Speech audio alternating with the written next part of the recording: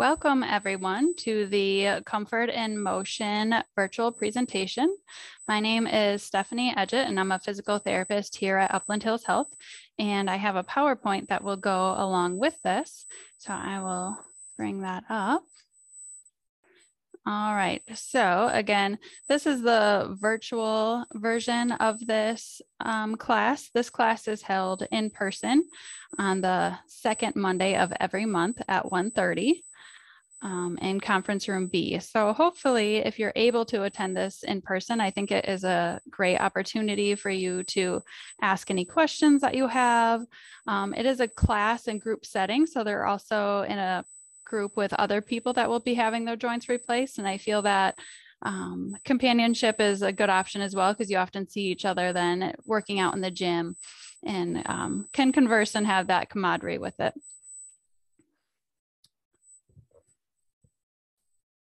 All right, go on.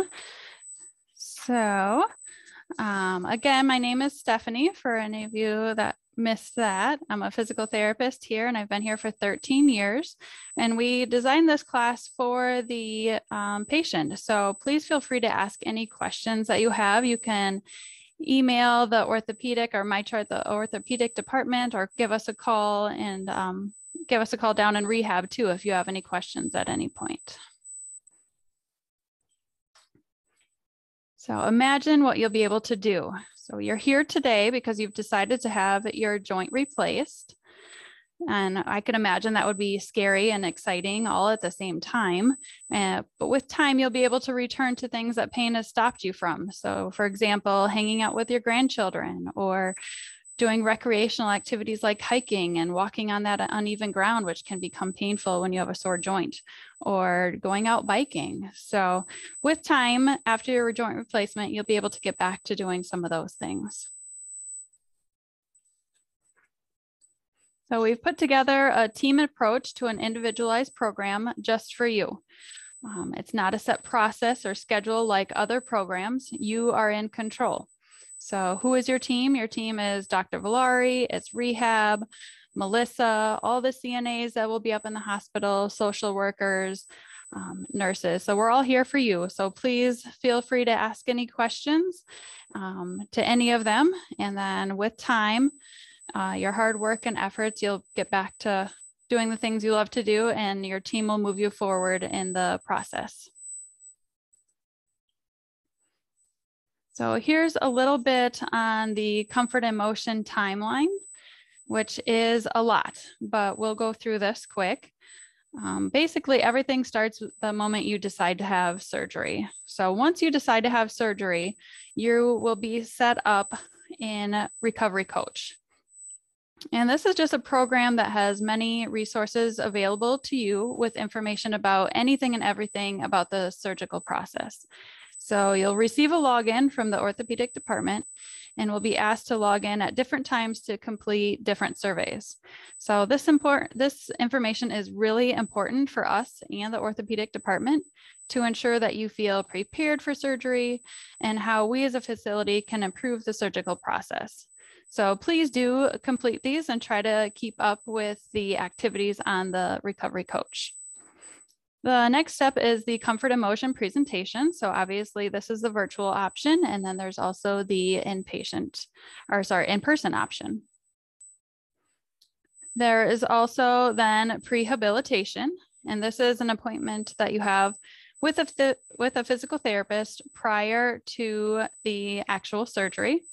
And this appointment is anywhere from 30 to 45 minutes long, and will review exercises that you can do before surgery and after surgery.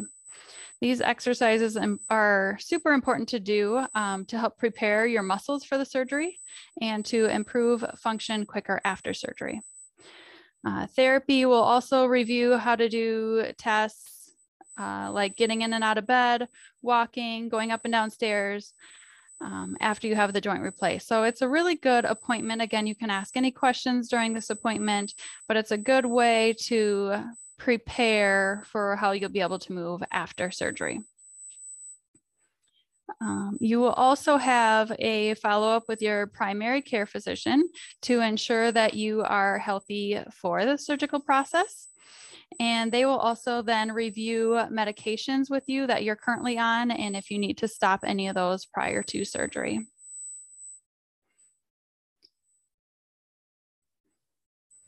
You will also have a CT scan, and this is done for the Mako robotic arm, and to get accurate measurements for the robotic arm to assist with surgery.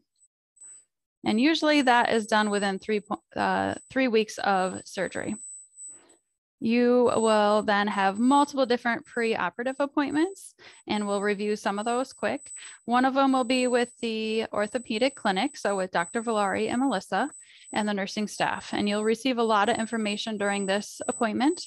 You'll receive information on the joint replacement process, consent signing. If you don't have a walker, that will be ordered for you at that time. You'll be educated on the MRSA swab and skin prep that you need to do prior to surgery as well. This appointment usually happens 1 to 2 weeks prior to surgery. And during that appointment, you'll also meet with a dietitian, and she will be giving you supplemental drinks that you have before and after surgery and discussing what those are needed for. And also meeting with a pharmacist.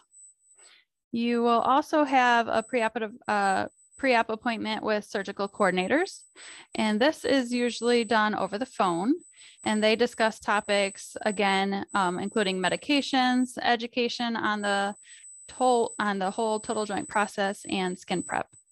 And this usually occurs 1 week prior to surgery.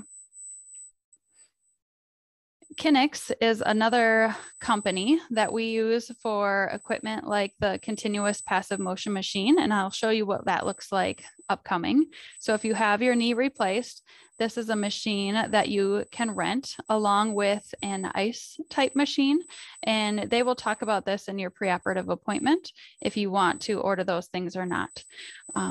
But a rep from the company will call you then, and it comes from an out-of-state number. So just be aware of that so you don't think it's spam. So you're going to want to answer a phone number that you get that might be out of state, because that will be that company to talk about payment for this type of machine. And then usually the day prior to surgery, a rep from the Kinix company then drops the machine off at your home and reviews the setup and guidelines for this. So after all the preoperative appointments, then you finally get to the day of surgery. And surgery usually lasts about 2 to 3 hours. Your hospital stay, which is usually just 1 night, and then discharge home. And then after that, rehab. And rehab is usually about 6 weeks, depending on your progress. Like I said, here is a picture of the continuous passive motion machine. This one is a little outdated compared to the newer version that they have, but you will get that in your home, and this machine helps assist you in bending and straightening the knee. Usually people like this machine, and sometimes they even fall asleep in it. So don't be worried about that. You may want to set this machine up in a spare bedroom and not in your regular bed. As you can see, it is kind of a heavy, awkward machine to move back and forth. So if you have one setting or place that you can just have it set up and left there, that's a good option as well. So then let's meet your team. First of all, most important, we have the orthopedic surgeon, Dr. Valari. So he received his formal training from Rowan University, and then he did his residency at Michigan State University. So some of his hobbies include, he's a foodie, so he likes to bake and cook and visit different restaurants. He also likes home fix-it projects, fast cars, and to travel. So how did Dr. Valari become interested in becoming a surgeon? Well, he comes from a family of doctors.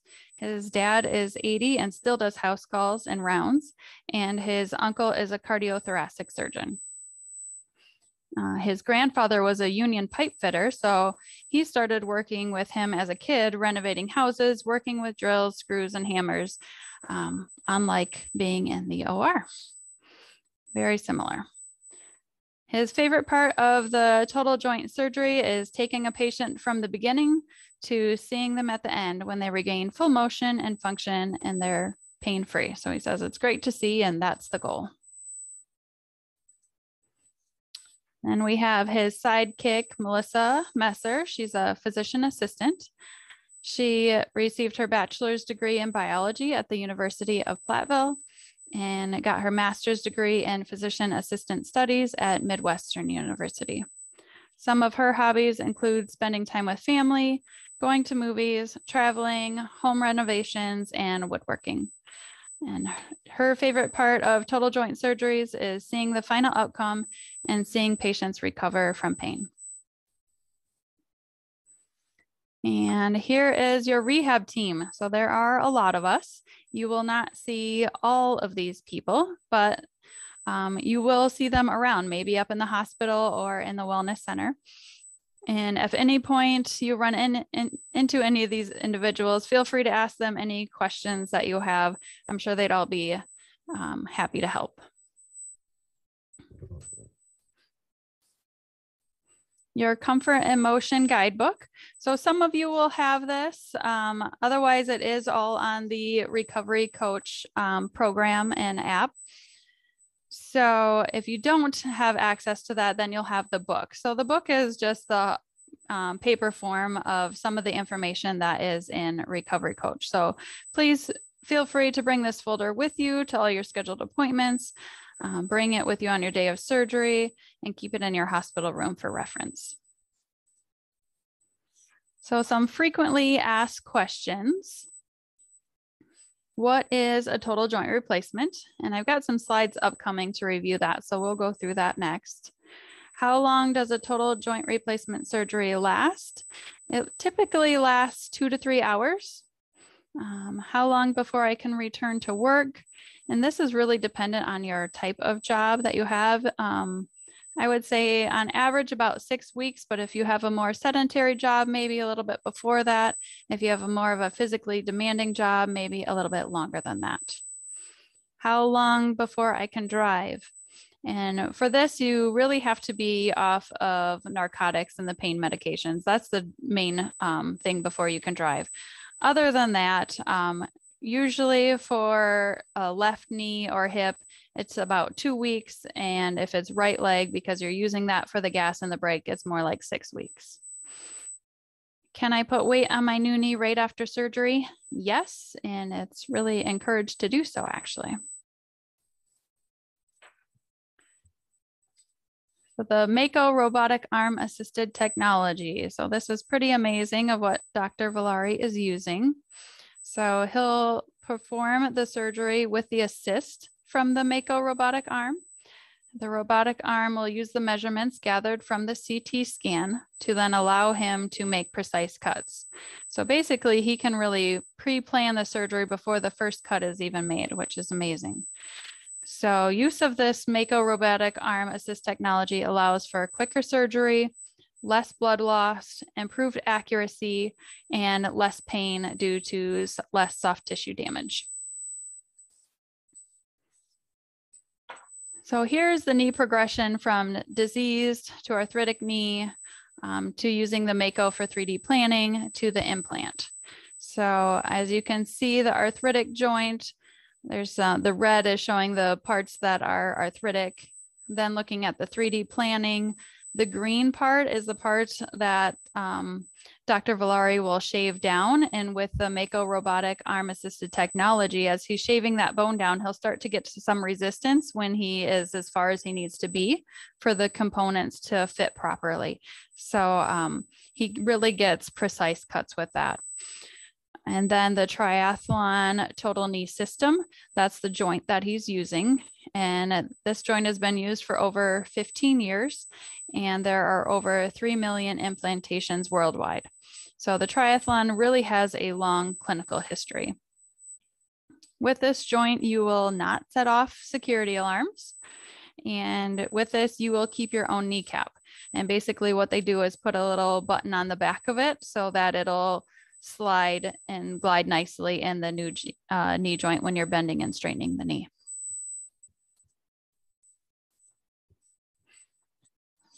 So preparing for surgery, basically preparing your home. So you want to think about things like making sure everything's picked up and your house is free of cords and throw rugs, because those can get caught up under walkers and we don't want you tripping.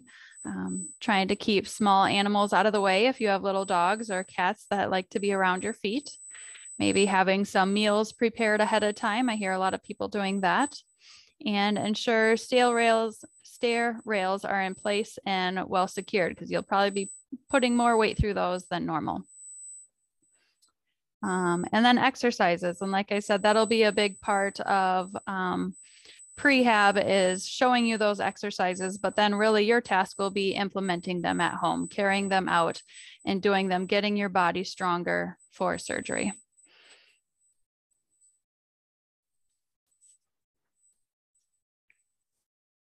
The night and day before surgery. Here's a few things to remember. No eating or drinking after midnight, except for the shakes that are advised by the dietitian. You want to be sure to review and carry out the showering instructions that were reviewed by the surgical coordinators. Pack an overnight bag. And in this, you're going to want things like loose fitting clothing, good fitting shoes that are easy to put on and off. Some of the reminders include arrive early, only take the medications your primary doctor approved for prior to surgery, leave your valuables at home, and remove makeup and nail polish. And again, these lists are all in your recovery coach, some of the tabs that you'll have to be able to look in there to remind you what you need to do. What to expect the day of surgery. So you want to arrive about an hour and a half prior to your scheduled surgery. You will have anesthesia, so you will get a spinal and regional block prior to the surgery to help with pain during and after surgery, but you will not be awake during the surgical procedure. And then you will be transferred to the recovery room, and everybody's a little bit different how long they are in there, but once they feel like you're ready, then they will transfer you up to the hospital room. After surgery, how will I look and feel? First is pain. Yes, you will have pain, but your nurse and doctor will do everything they can to help manage this. Devices, you will not have a catheter, so you'll be asked to empty your bladder prior to surgery. You will have an IV, and that will be in until you're discharged from the hospital. And when you awake, you'll also have a continuous pulse ox device on your finger, and that will measure the amount of oxygen in your blood. So you may or may not have supplemental oxygen, so oxygen in the nasal cannula right after surgery as well.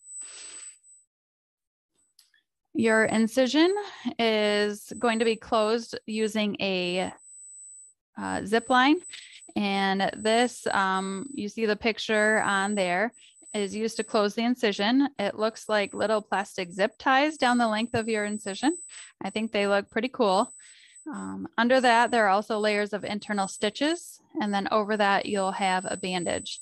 And this bandage is not waterproof, so there's no showering for 2 weeks. Instead, you'll be doing sponge bathing. So that's something to remember with this. But the zip line has been working out really well.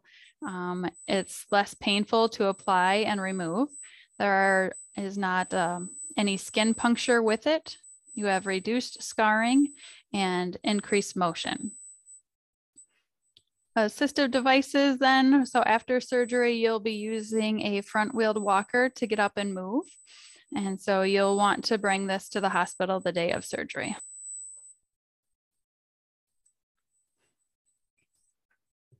I still have pain, but it's not the joint pain I had before that I couldn't live with. I feel this is a statement that we hear a lot down in rehab. So it's a pain, but it's more of an acute and post-surgical pain, more of a temporary pain. So just meaning that you're on the road to recovery. So then the day after surgery, day 1, Melissa will meet with you right away in the morning. And before you get up, you'll want to use the call button to have someone with you when getting up. That first day, PT and OT will also be there to get you out of bed and get moving. And you will be switched from IV pain medications to oral pain medications. And you will work on functional tasks with therapy, and they will assess how well you're doing and your ability to return home later that day safely. So what is physical therapy? Physical therapy helps you return to physical activities like walking, getting out of bed, stairs, and increasing your knee strength and range of motion. So like we said, you'll be able to put as much weight as comfortable through your leg and walking with a walker or crutches. You'll see the physical therapist 1 or 2 times while in the hospital, depending on how you're doing, before being discharged home later that day. What is occupational therapy? They help you return to daily activities like getting in and out of a shower, showering, getting dressed, and making meals. Occupational therapy is once a day while in the hospital. And as you see in the picture here, Dr. Villari has his patients using a figure 8 compression wrap to the lower leg for swelling. And the occupational therapist will educate patients and their caregivers on this during their session. And you'll want to wear the wrap every day for 2 weeks. So you'll need someone to put this on for you each morning, and then you can take it off in the evening. You don't have to sleep with it on. And if it starts to get soiled, you can always wash it in cold water and then air dry. So discharge, do I get to go home? And when do you get to go home? Most patients go home the following day, independently or with assist from family or friends.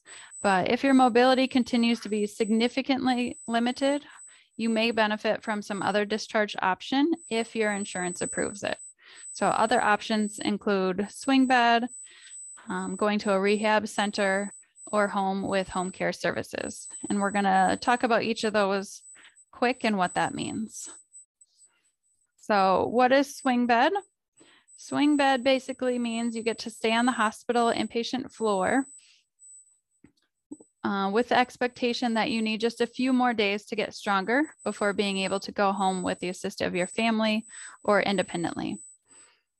Nursing will no longer be the main caretakers of you, as you can now mostly take care of yourself. Therapy will be the main focus, instead getting you stronger to go home. So this is an option only to those who qualify for it, and it has to be approved by your insurance. So this can be discussed with the social worker, and the social worker will check with your insurance company on that. While on swing bed, you will continue to see therapy 1 to 2 times a day. So what if you were to be discharged to a rehab center? Going to a rehab center basically means that you still need maybe 2 to 3 more weeks of therapy to get you to that independent level before returning home. So if there's a particular rehab center you have in mind where you'd like to go for your rehab, you can mention this to the social worker, who will check out your insurance company to see if it will be covered. You do have to qualify to go to the rehab center, and then you would have to be accepted by that rehab center. All of this, again, will be done by the social worker. Family often takes you to the rehab center from the hospital. So once you're discharged from there, family would take you to the rehab center. And then what is home care? Home care is therapy and nursing services provided in the home. Again, this is a service you may qualify for depending on your needs and your insurance.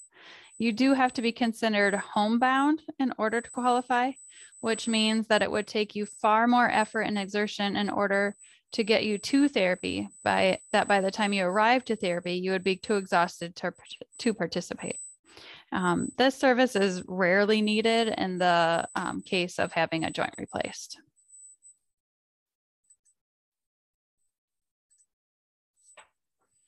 So most often patients are discharged home alone or home with family. And these are just some things to remember with that. and taking care of yourself. So the main thing is control your pain. So make sure you're staying on top of your pain medications. I often hear patients that are ready to get off the pain pills, and I understand that. But at the same time, the pain pills are there so that you can move and function and do your exercises, which are really important. So make sure you find the balance of taking your pain pills and coming off of them. Monitor your incision. So you're going to want to check for signs of infection. So increased swelling above what is considered normal, increased redness and warmth around the incision, unusual discharge from the incision, and a fever. You can expect bruising around the knee that might migrate to the calf and foot, and this can even happen a couple days later. So don't be too concerned, but definitely mention it to your therapist or the orthopedic department if you have concerns about it.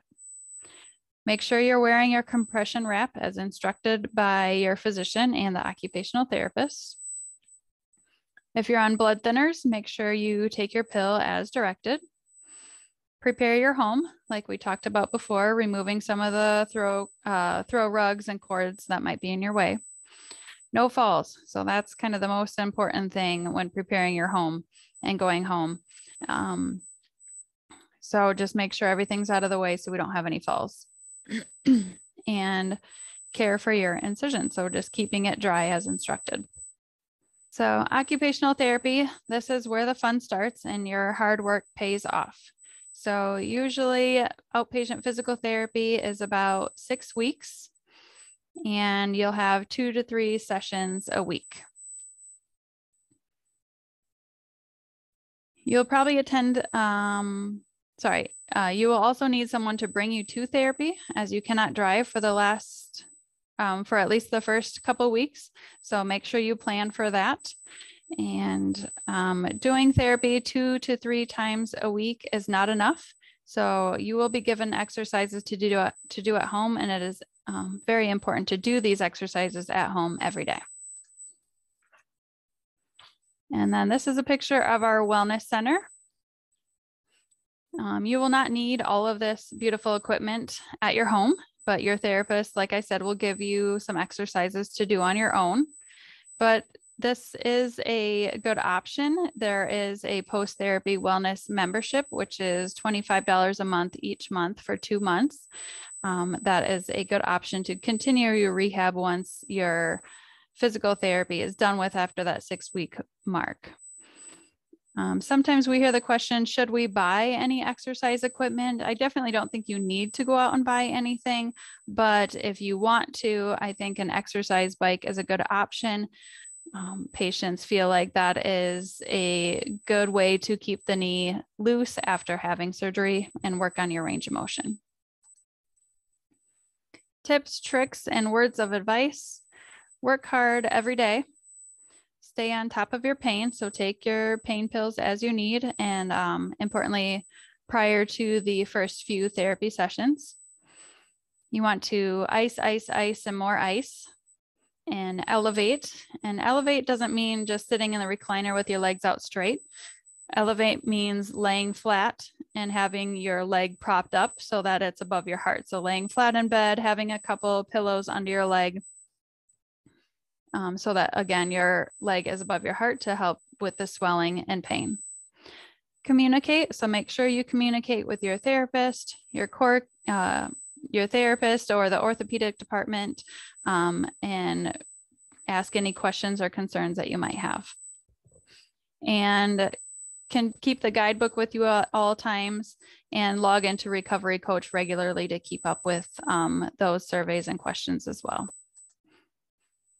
And then here are some of the resources that we have. And you should have that information as well in the folder from the orthopedic department. There's information about the Mako robotic arm and triathlon total knee system. And then there's also ME videos that you will see on Recovery Coach as well. So again, all these resources will be listed on your Recovery Coach too. So thank you for listening to this virtual option. Definitely, if you have any questions, again, reach out to the orthopedic department. You can always MyChart those doctors or myself, Stephanie, down in physical therapy or call the therapy department as well.